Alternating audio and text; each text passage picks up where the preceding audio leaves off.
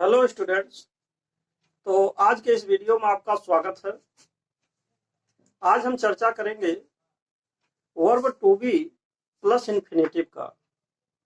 इसका क्या मतलब है? जैसे वर्ब टू बी जो इज, एम, आर, वाज और वर हैं, और उसके पश्चात जो आपका इन्फिनेटिव आता है, जैसे वर्ब की फर्स्ट फॉर्म प्लस टू, तो उसके बारे में हम चर्चा करेंगे। तो आइए देखते हैं कि ये चीजें क्या हैं जो आपका यहाँ दिया हुआ है। जैसे use of is to, am to, are to, was to, were to. देखिए, अगर हम इनमें से टू हटा दें, केवल इज, एम, आर, वाज और वर कहें, तो यही जो होते हैं इन्हीं को अंग्रेजी में कहा जाता है वर्ब टू बी। देखिए, एक शब्द है वर्ब टू बी, यह एक शब्द है, ग्रामेटिकल शब्द है वर्ब टू बी, जिसका मतलब होता है आप ये कह सकते हैं, यहां समझिए तो अच्छा होगा कि जैसे verb to be, verb to be, तो वर्ब टू बी का मतलब हुआ जैसे इज है, एम हुआ, आर हुआ, वाज हुआ, वर हुआ, इसी को हम कहेंगे वर्ब वर्ब टू बी। और इसी में प्लस इन्फिनेटिव, तो कहने का मतलब ये है इन्फिनेटिव, जब इसको हम उदाहरण में ले आते हैं, एग्जाम्पल्स में ले आते हैं, तो ये जो इज, एम, आर, वाज, वर है, वर्ब टू बी है, इसके बाद जो क्रिया आएगी वर्ब की फर्स्ट फॉर्म से पहले टू भी लगा हुआ होगा, तो वो इन्फिनेटिव कहलाएगा। तो उस आधार पर इसका सूत्र बदल जाता है, यानी कि इज के साथ टू जुट जाएगा। मतलब इसको दो तरीके से हम कर सकते हैं, या तो verb to be plus infinitive, अथवा इसको हम इज टू, हर जगह जो टू आ रहा है इस वर्ब टू बी के साथ जोड़ देंगे, यानी कि is to, am to, are to, was to, were to, is to, am to, are to, was to, were to, इसी का हमको प्रयोग करना है। तो एक चीज और समझना है कि जहां तक सवाल इज टू, एम टू और आर टू का है, इसका प्रयोग हम प्रेजेंट टेंस के आने पर करेंगे। ये बात क्लियर समझ लीजिए। दूसरी बात यह है कि वाज टू और वर टू का प्रयोग हम पास्ट टेंस के आने पर करेंगे।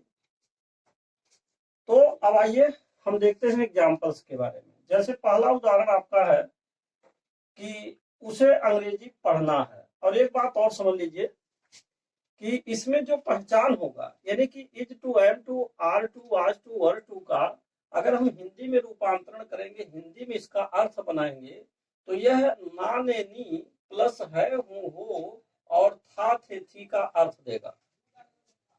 तो अगर हम ना, ने, नी के साथ है, हूं, हो जोड़ दें, तो ये बन जाएगा आपका प्रेजेंट। और अगर ना, ने, नी के साथ था, थे, थी जोड़ दें, तो ये बन जाएगा पास्ट। अब आइए एग्जाम्पल्स देखिए। जैसे उसे अंग्रेजी पढ़ना है, तो सबसे पहले हम हिंदी के इस वाक्य के अंत में जाएंगे, और अंत में देख रहे हैं कि यहाँ पर आपका ना आ गया और यहाँ है आ गया।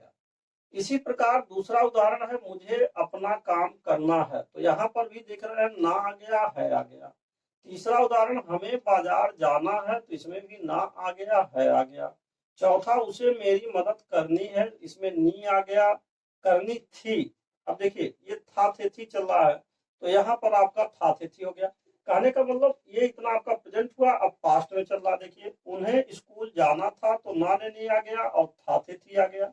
तो यही सूत्र आता है कि ना, ने, नी प्लस है, हूं, हो, अथवा ना, ने, नी प्लस था, थे, थी, वाक्य के अंत में ये आना चाहिए।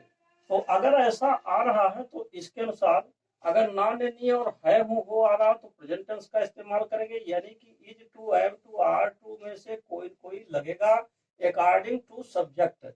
जैसा सब्जेक्ट होगा, अकॉर्डिंग टू सब्जेक्ट, जैसा सब्जेक्ट रहेगा उसके अनुरूप हम इसको लगाएंगे। अब देखिए उसे अंग्रेजी पढ़ना है, तो उसे की अंग्रेजी हम लिखेंगे ही, और ही लिखने के बाद ही के अनुसार इसमें से इज टू लगाएंगे, तो यहाँ आपका हो गया इज टू। और इसके बाद जो है फिर मुख्य क्रिया की जो फर्स्ट फॉर्म है, यानी कि वर्ब की जो फर्स्ट फॉर्म है उसको हम लगाएंगे, यानी कि वी फर्स्ट लगाएंगे। ये चीज आपको ध्यान देना है कि इसमें वी फर्स्ट लगाना है। तो ये आपका हो गया इज टू रीड और इंग्लिश। उसे अंग्रेजी पढ़ना है, he is to read English. मुझे अपना काम करना है तो आई के साथ, अगर सब्जेक्ट आई है तो आई के साथ एम टू लगेगा, तो I am to do my work हो जाएगा। तो इस तरीके से तीसरा है हमें बाहर जाना है, तो हमें की अंग्रेजी हम वी लिखेंगे और वी के अनुसार हम लगाएंगे आर, तो यहाँ हो जाएगा we are to go outside. तो इस तरीके से आपका पहला और दूसरा तथा तीसरा उदाहरण ये तीनों ही मिलकर के ये आपका प्रेजेंट टेंस बना रहा है। दूसरी बात यह है कि ये प्रेजेंट टेंस होने के साथ साथ एक चीज और समझना है कि ये तीनों ही उदाहरण अफर्मेटिव हैं। प्रेजेंट टेंस में देखिए उसे अंग्रेजी पढ़ना है तो ये आपका अफर्मेटिव है, और यह भी आपका अफर्मेटिव है क्योंकि इसमें लिखा मुझे अपना काम करना है और हमें बाहर जाना, यह भी अफर्मेटिव है। तो इस तरीके से आपने इसका अफर्मेटिव बना दिया और प्रेजेंट टेंस का। अब आइए हम पास्ट टेंस का अफर्मेटिव देखते हैं। उसे मेरी मदद करनी थी, अब इसमें ये सूत्र लग रहा ना नेनी और प्लस था थे थी, तो जब ये लगेगा तो अब आपको ये सूत्र देखना है वाज टू और वर टू में से कोई लगाना है। जैसे उसे मेरी मदद करनी थी तो उसे की अंग्रेजी ही हो जाएगा, और ही के अनुसार आप इसमें से लगा देंगे वाज टू, और इसके बाद वर्ब की फर्स्ट फॉर्म हो जाएगा, और फर्स्ट फॉर्म के बाद आप लिख देंगे मी, यानी कि he was to help me. तो ये हो गया पहला उदाहरण, यानी इसमें जो पास्ट के लिए है, और उन्हें स्कूल जाना था तो उन्हें की अंग्रेजी दे लिखेंगे, दे के साथ आप लगाएंगे वर टू, तो यहाँ हो गया आपका वर टू, और गो वर्ब की फर्स्ट फॉर्म हो गया, और टू स्कूल हो गया। तो इस तरीके से आपका चौथा और पांचवा उदाहरण ये पास्ट टेंस के लिए है। ये आपका ये दोनों ही पास्ट टेंस के लिए एग्जाम्पल है, और जबकि ये तीनों उदाहरण आपका प्रेजेंट टेंस के लिए हैं, साथ साथ ये भी अफर्मेटिव सेंटेंस है।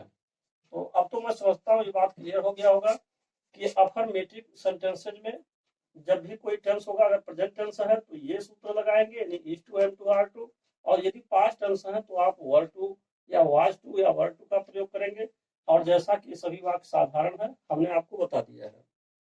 दूसरी बात यह है, अब आइए हम देखते हैं इसके निगेटिव पक्ष को। जैसे उदाहरण नंबर 6 को लेते हैं, उसे टीवी नहीं देखना है, तो ये आप देख रहे हैं कि यह वाक्य आपका निगेटिव है। तो निगेटिव होने पर क्या करेंगे, जहां इज टू था, इज सहायक क्रिया जहां पर इज एम आर आ रहे हैं या वाज और वर आ रहे हैं, उन्हीं के बाद आपको नॉट लगा देना है। तो ही इज के बाद तुरंत नॉट हो जाएगा और टू वाज टीवी हो जाएगा। तो इस तरीके से आपका ये उदाहरण हो गया। मुझे झूठ नहीं बोलना था तो I was not to tell a lie, आपका ये एग्जांपल ये भी क्लियर हो गया कि मुझे झूठ नहीं बोलना था, तो आई के साथ वाज लगेगा पास्ट टेंस में। कई बार लोग कंफ्यूज हो जाते हैं कि आई के साथ वर लगाएंगे, जबकि ये गलत नियम है। आई हमेशा सिंगुलर नंबर होता है, और ये भले ही फर्स्ट पर्सन है परंतु ये सिंगुलर नंबर आई के साथ वाज लगता है, तो आई वाज नॉट हो जाएगा टू टेल ए लाई। ऐसा आप नहीं कहेंगे कि I was to not tell a lie, गलत हो जाएगा। आई के बाद वाज लिखेंगे, सहायक क्रिया जो हेल्पिंग वर्ब है, और तुरंत उसके बाद नॉट लगाएंगे, टू टेल अ लाई हो जाएगा। अब आइए, ये दोनों वाक्य आपका था निगेटिव, तो दो वाक्य निगेटिव हो गए। अब आइए आठवां नंबर जो है इंट्रोगेटिव है। अब इसमें देखिए क्या आज आपको आना है, तो इंट्रोगेटिव अगर सेंटेंस रहेगा तो इसको हम कैसे हल करेंगे। तो क्या पहले आ गया है आज आपको, आपके अनुसार आर आपने पहले लगा दिया, यू लगा दिया, फिर टू कम हो गया, टुडे हो गया। तो इस तरीके से अकॉर्डिंग टू टेंस, जैसा कि टेंस में आपको अफर्मेटिव, नेगेटिव, इंट्रोगेटिव और नेगेटिव सब बताए गए थे, उसी के अकॉर्डिंग ये चल रहा है, कुछ अंतर नहीं है, उसी सिस्टमेटिक ढंग से चल रहा है ये। उसी तरीके से आपको बदलना है, जैसे अफर्मेटिव, नेगेटिव, इंट्रोगेटिव उसमें बदला जाता था, ऐसे ही आपको इसमें बदलना है। आगे देखिए, क्या उसे विज्ञान नहीं पढ़ना था, तो अब चूंकि ये पास्ट टेंस आ गया, नाने नहीं प्लस था थे थी, तो इस नाते वाज लग गया, और ही हो गया, इसके बाद नॉट हो गया, और टू स्टडी हो गया, साइंस हो गया। और 10वां सवाल है, उसे भोजन से पहले दवा क्यों नहीं लेना है। अब इसमें आप देख रहे हैं कि ये आपका इंट्रोगेटिव प्लस नेगेटिव दोनों तरह का वाक्य है। ये आपका केवल दोनों वाक्य जो था इंट्रोगेटिव था, ये केवल इंट्रोगेटिव है, और ये इंट्रोगेटिव नेगेटिव दोनों हैं। तो इसके हिसाब से देखा जाए, उसे भोजन से पहले दवा क्यों नहीं लेना है, अर्थात why is he not to take medicine before the meal. तो इस तरीके से आपने यहाँ पर जो नॉट लगाना था वो सब्जेक्ट के बाद लगाना था। आप टेंस में पढ़ चुके होंगे कि आई प्लस एन के अगर वाक्य हो, इंट्रोगेटिव प्लस नेगेटिव के वाक्य हो, तो उसमें हम क्या करते हैं, सब्जेक्ट के तुरंत बाद नॉट का प्रयोग कर देते हैं, और यहाँ आप देख रहे हैं कि जो नॉट का प्रयोग हुआ है इससे पहले आए सब्जेक्ट के पश्चात हुआ है। तो इस तरीके से आपका ये प्रयोग यहीं पर समाप्त होता है, जिसे हम दो तरीके से कर सकते हैं, चाहे verb to be plus infinitive कर सकते हैं। एक चीज देख लीजिए, जैसे यहाँ पर देखिए, अब वर्ब टू बी को अगर हम इज मान लें और टू रीड इधर कर दें, तो टू रीड अगर हम इधर कर दे रहे हैं तो ये इन्फिनेटिव बन गया, इन्फिनेटिव। इसी प्रकार आई एम इधर कर दें और अगर इसको हम अंडरलाइन करें तो ये आपका इन्फिनेटिव हो गया। तो यहाँ आपका हो गया आई एम यानी सहायक क्रिया प्लस इन्फिनेटिव, यानी इसको is I am are was verb को हम वर्ब टू बी कहेंगे। तो दो तरीके से कर सकते हैं कि वर्ब टू बी या तो वर्ब टू बी और प्लस आप इसे में इन्फिनेटिव कह लीजिए, अथवा आप कर सकते हैं is to am to are to आज टू आर टू। इस तरीके से ये जो आपका सेमी मॉडल्स हैं अब यहीं पर ये समाप्त होता है। और अगर आप मेरे चैनल पर नए हैं तो मैं यही चाहूंगा कि आप इस वीडियो को अधिक से अधिक लोगों में शेयर करें और साथ ही साथ स्वयं आप सब्सक्राइब भी करें और बेल आइकन दबाना ना भूलें, जिससे कि जो भी मैं नए नए वीडियोज बनाते रहूं उसका नोटिफिकेशन आपके पास तुरंत पहुंच सके। आपने इसे देखा इसके लिए धन्यवाद।